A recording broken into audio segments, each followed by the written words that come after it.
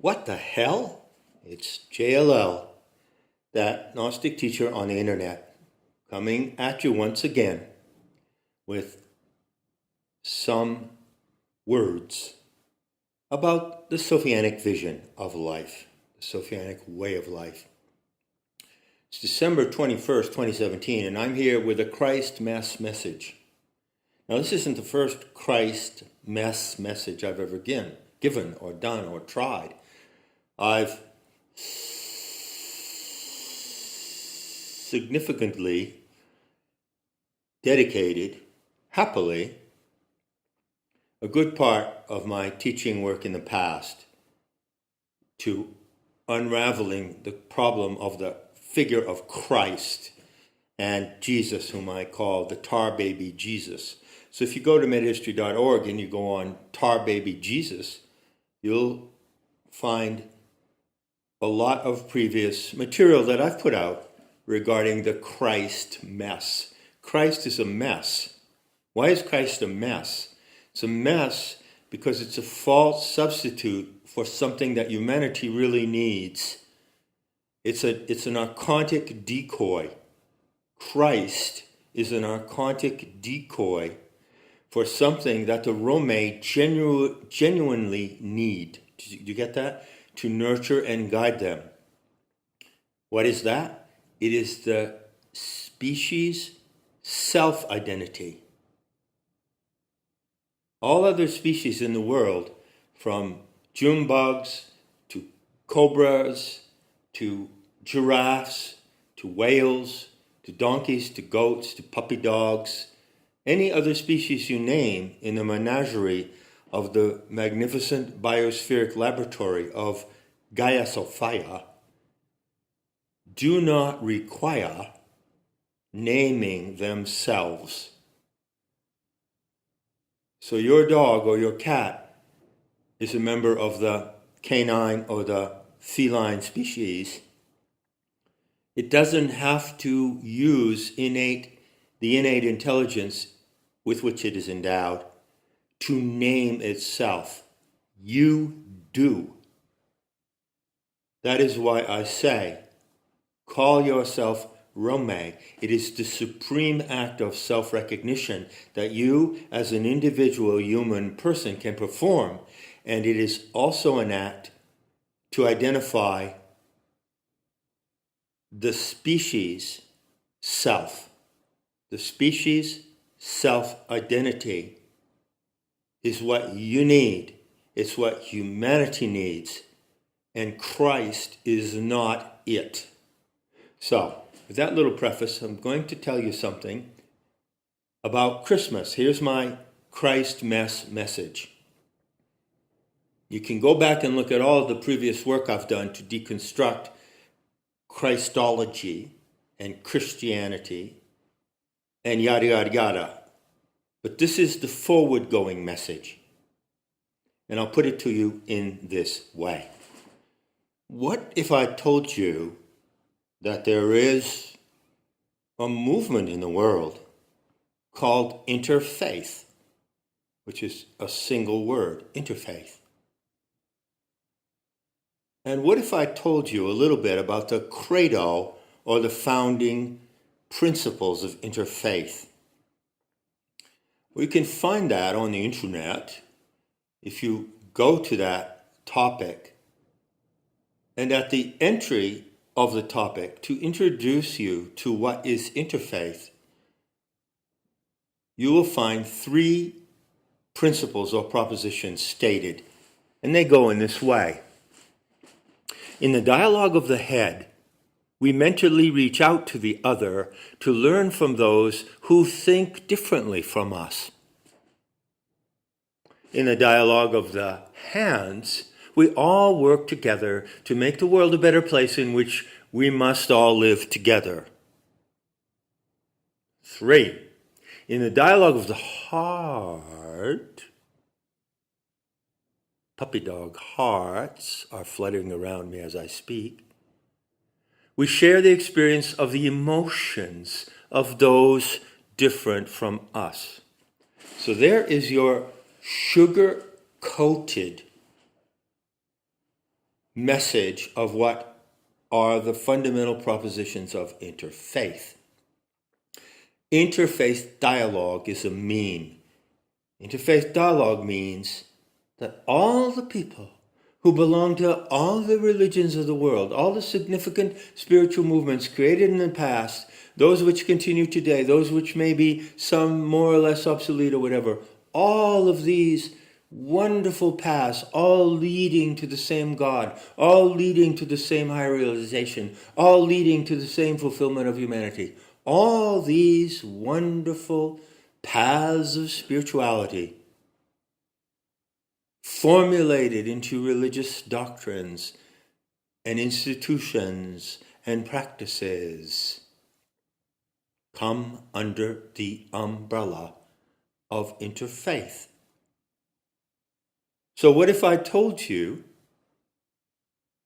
what if I cited the religions under that umbrella?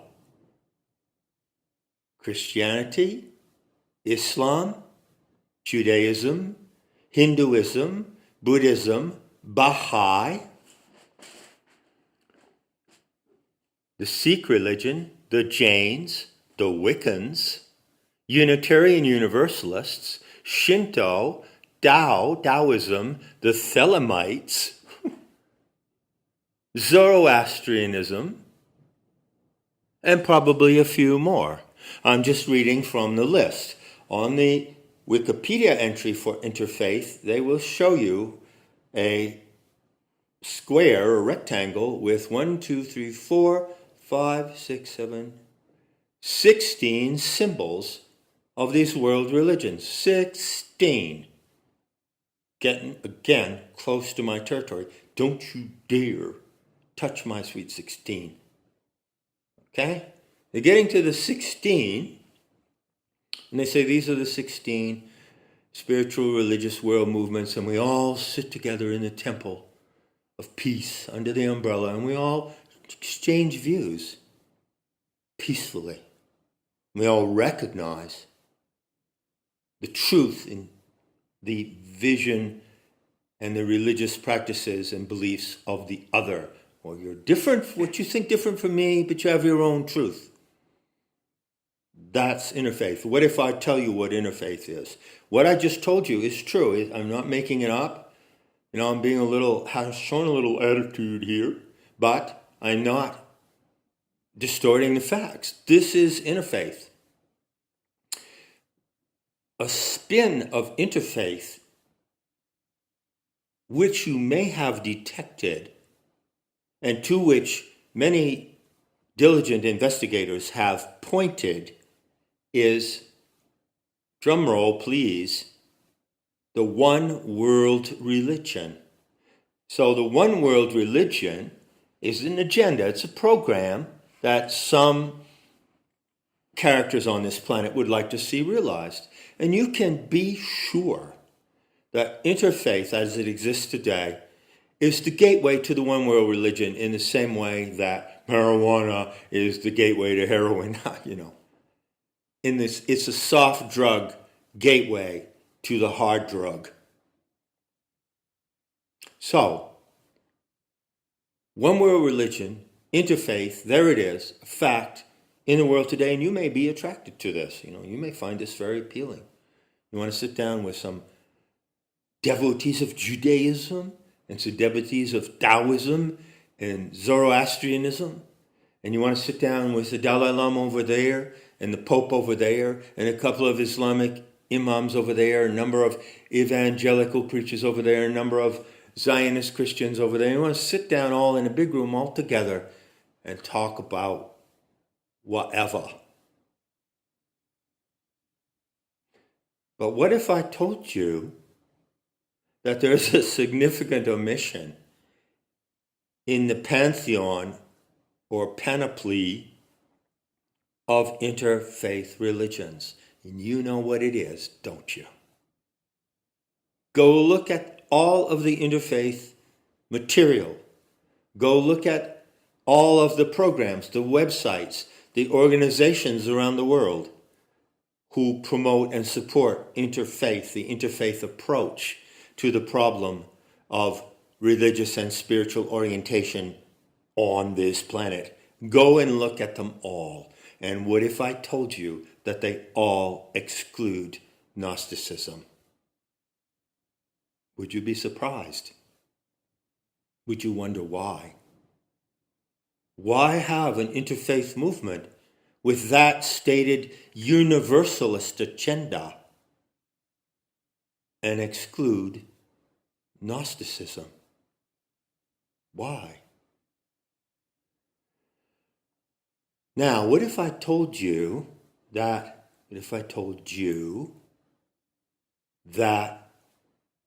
there's a joke contained in the interfaith program? And you can see the joke leaking out in the commentary here on this very same page, which shows the 16 symbols of these religions. I quote, "This historical effectiveness of interfaith dialogue is an issue of debate. Friar James L. Heft, in a lecture on the necessity of interfaith diplomacy, spoke about the conflicts among practitioners of the three Abrahamic religions, Judaism, Christianity, and Islam." Now, end quote. Well, what if I told you that there are conflicts among the proponents and devotees of the three Abrahamic religions, Christianity, Judaism, and Islam? You wouldn't be surprised, would you, if I told you that? Look at the fucking theater of history. Look at the world today. Look at the Israeli-Palestinian conflict, which is a big charade, Punch and Judy show. Look, unfortunately, the Palestinians are Judy. They are the Judy in the Jewish Punch and Judy show. Okay? Look at history. Look at the conflict of civilizations. Look at Islam against Christianity. Oh, big surprise.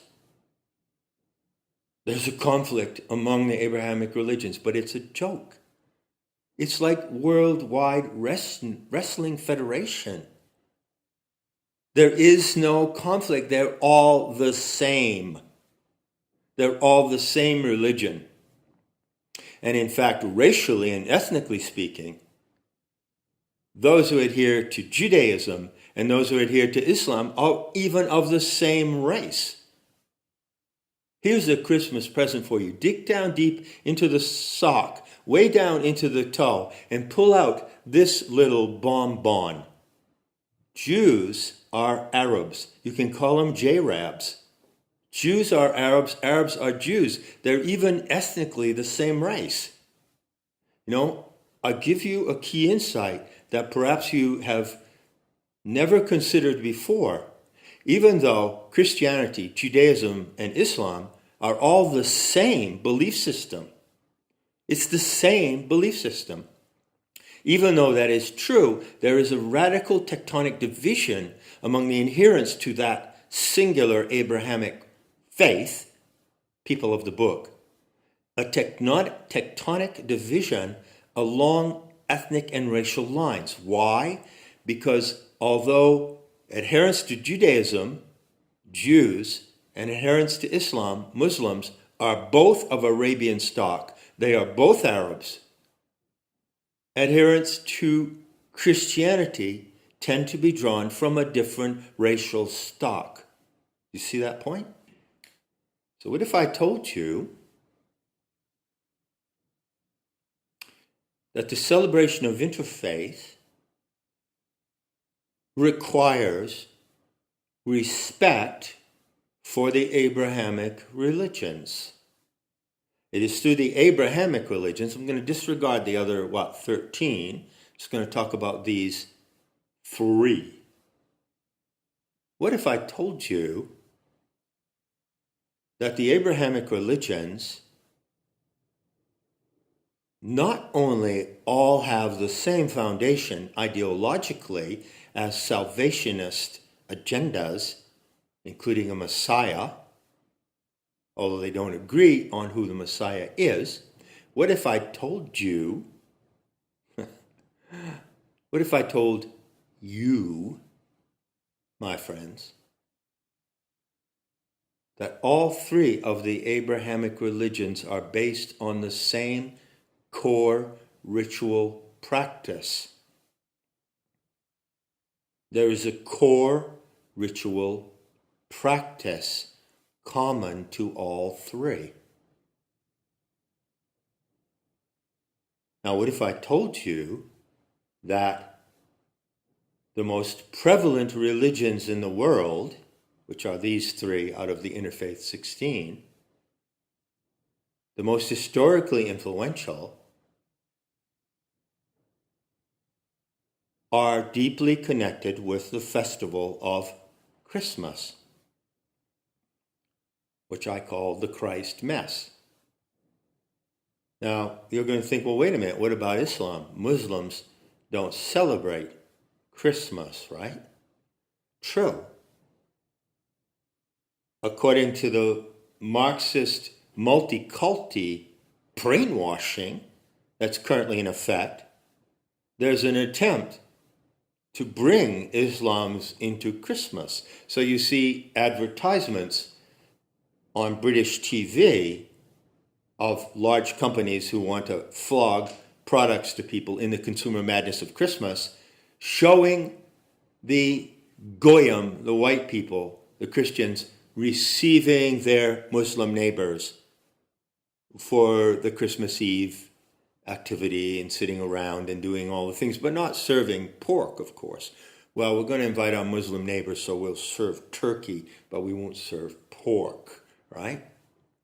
Don't be fooled by that.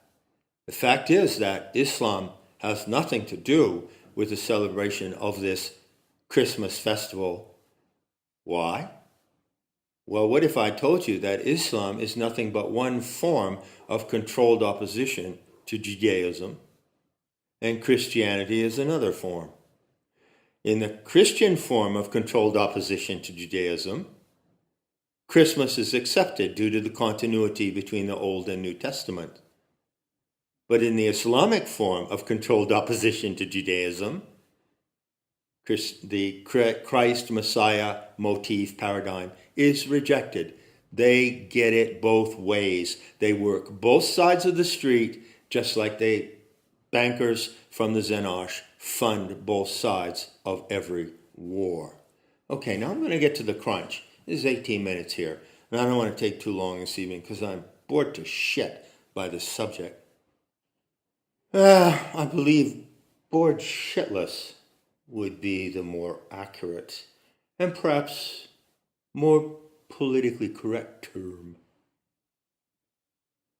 Now, what if I told you, as in the yew tree, Y-E-W, which is a powerful tree of witches, what if I told you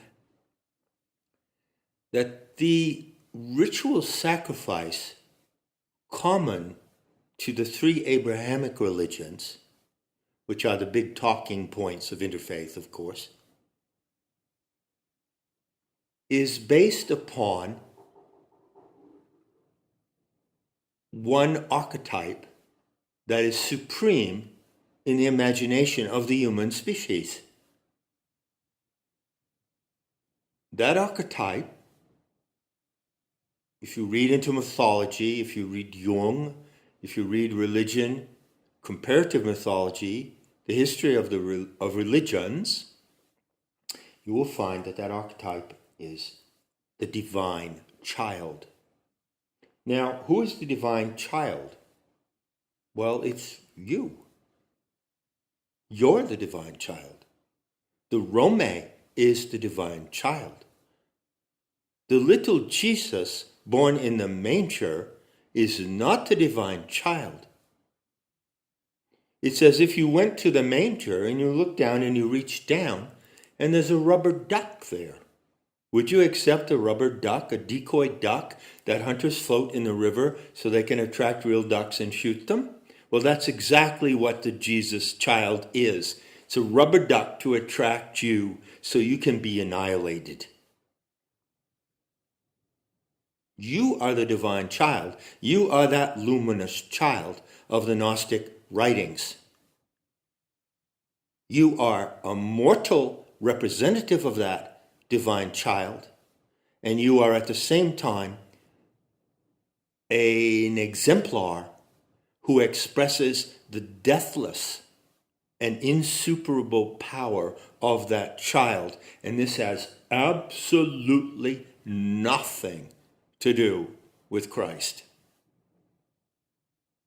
Delete, remove that corrupted file from your mental syntax. Now, what if I told you, what if I reminded you of the point that I made in the Gnostic investigation of the Mandela effect? Namely, that you cannot have a master race ideology without having a program of genocide attached to it. So, the master race ideology of the Xenosh has a genocidal program attached to it.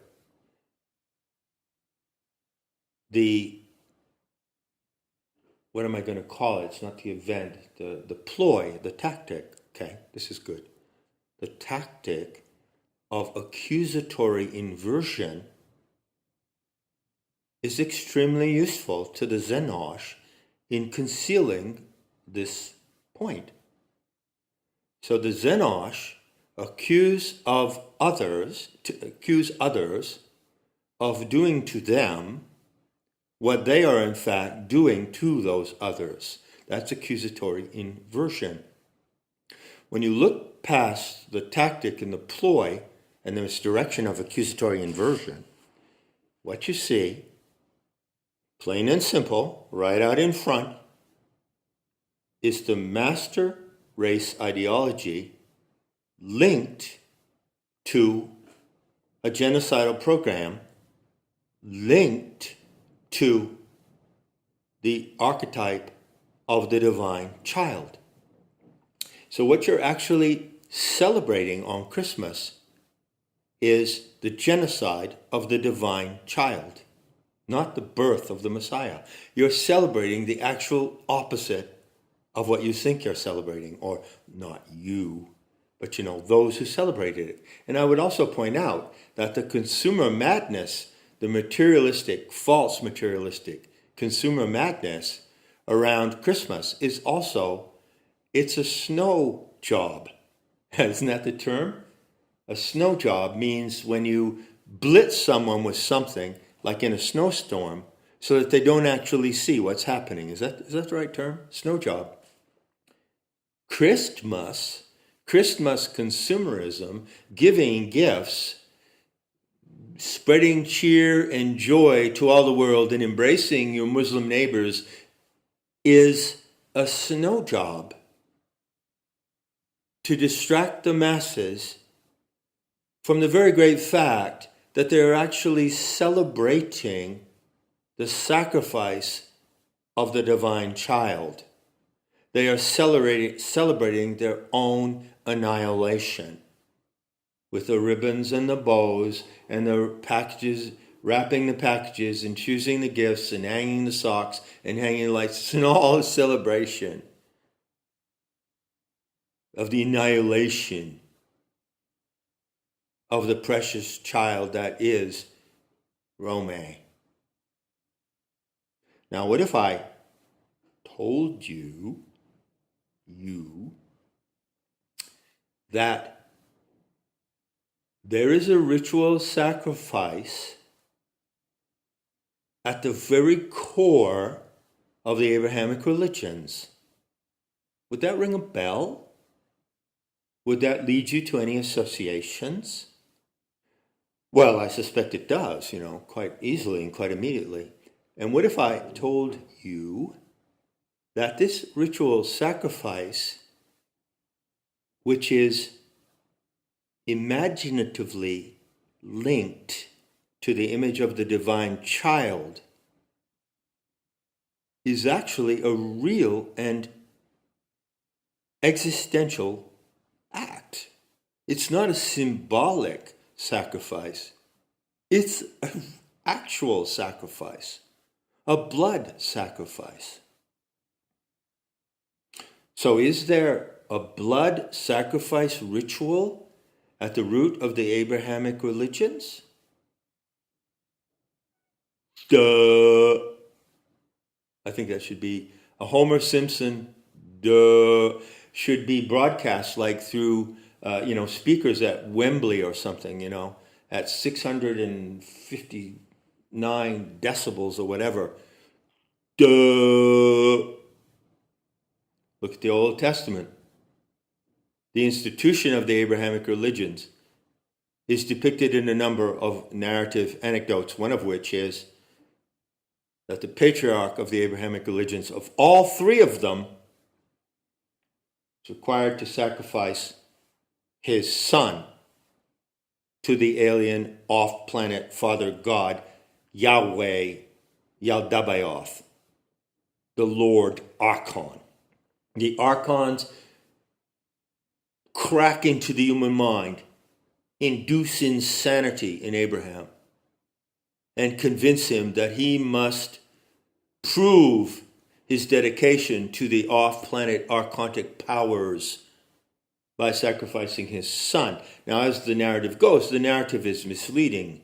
Every story in the narrative of the ancient Hebrews is borrowed, distorted, warped, rigged in order to lie and deceive you. The way the story is rigged is you hear that, well, Abraham did not in fact murder his son. He just had to show the willingness to be able to do so.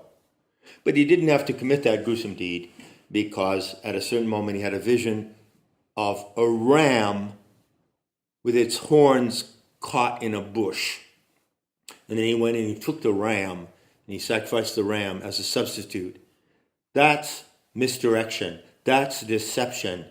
That's a story scripted specifically to convince you that there is no human male child sacrifice. Oh, good grief. Oh, what a terrible story. Father commanded by an invisible, untouchable, off-planet deity to murder his own child. Oh, what a relief that he didn't have to do it. No, not his child. You say, not his. But that is not to say that such a sacrificial murder of a child did not occur. That is not to say that it does not occur. In recorded history, over and over again. And that is not to say that it's not occurring right now. Because you can believe your sorry ass that it is. And everyone who falls into the Christ Mass insanity is not only being distracted and misled from the recognition of this heinous crime against humanity, the greatest transgression imaginable, child sacrifice, but at the same time, perversely, they are invited to participate in and celebrate that sacrifice. What if I told you that there are many lies about Christmas, and I'm sure you know many of them already? And in my humble view as a Gnostic teacher, one of the essential lies is that Christmas pretends to celebrate the birth of the divine child, whereas actually it celebrates the ritual sacrifice of the living human child. What if I told you that the sacred ritualistic practice at the core of the Abrahamic religions is child sacrifice? Especially, particularly, and most exceptionally, the sacrifice in a ritual manner by ritual wounding and bleeding white, a white child. May you have a merry white Christmas. And when you celebrate it, think of the whiteness of the skin of a 5-year-old white child bled dry in a ritual sacrifice. There you are. How does that picture sit on your stomach? Now, in conclusion, allow myself to make 2 points. First point concerns, again, the exclusion of Islam and Muslims. Now, it is a fact that even those who celebrate, elevate, and emulate and promote Abrahamic religion all agree upon. It is a fact that the foundational deed of Judaic religion was the Abrahamic sacrifice of the child. It is a fact that any Christian will agree with, that the supreme distinguishing feature of Christianity is the sacrifice of the divine child for the sake of humanity. Child sacrifice is the basis of the Abrahamic religions, and it's not a fracking metaphor. Do you hear me? Now, you can say, yes, but John, why do you throw Islam in there? Well, you see, because the agenda of the Zenosh has 2 objectives. One is murder, and the other is enslavement, submission, Islam. So it is clearly stated in certain Talmudic scriptures, which are closely observed and implemented by all the leading Zenosh on the planet, that the master race has 2 objectives regarding the other races, all the other nations, the Goyim. One is to either eliminate them and wipe them out and sacrifice their children, their white children. And the other is to enslave those that they generously and mercifully allow to live. Why is Allah so merciful? Allah is merciful because that is the message in the coming from the controlled opposition of Islam that says to you, well, we won't behead you and we won't kill you, although we'll threaten to do so. But submit to Islam and you can become our slaves. So murder and enslavement are the 2 objectives of the program of religious indoctrination on this planet, to which every person on this planet has been submitted, subjected. And I tell you, on this Christmas Day of 2017, that just as surely as the Nasdaq movement and the Third Reich and the German people led by their leader, their Führer, stood up against the Zenosh on the stage of history in a unique and unparalleled event of defiance, just so the Gnostics stood up against this ideology. And for that, you will not find them included in the interfaith pantheon of religions. I rest my case.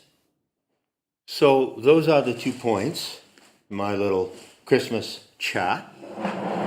And those are the 2 points of the takeaway of this talk.